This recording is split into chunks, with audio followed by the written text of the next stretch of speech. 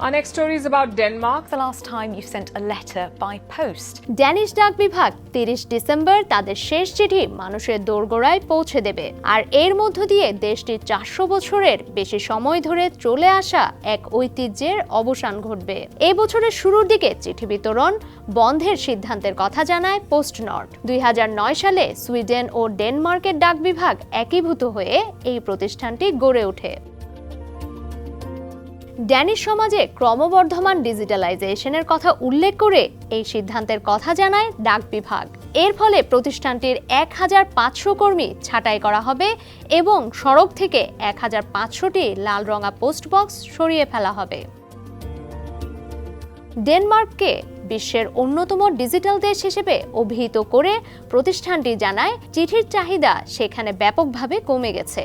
অন্যদিকে অনলাইনে কেনাকাটার প্রবণতা বাড়তে থাকায় তারা এখন চিঠির বদলে পার্সেল বা পণ্য বিলির দিকে বেশি মনোযোগ দেওয়ার সিদ্ধান্ত নিয়েছে।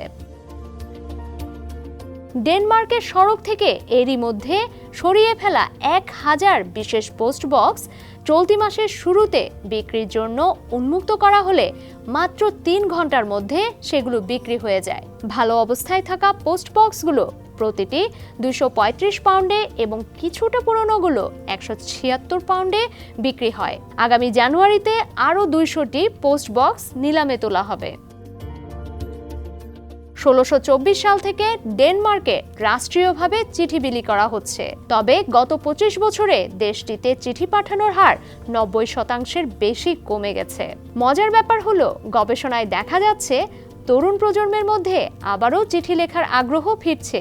ডাওয়ের গবেষণা অনুযায়ী 18 থেকে 34 বছর বয়সীরা অন্য বয়সীদের তুলনায় 2 থেকে 3 গুণ বেশি চিঠি পাঠাচ্ছেন।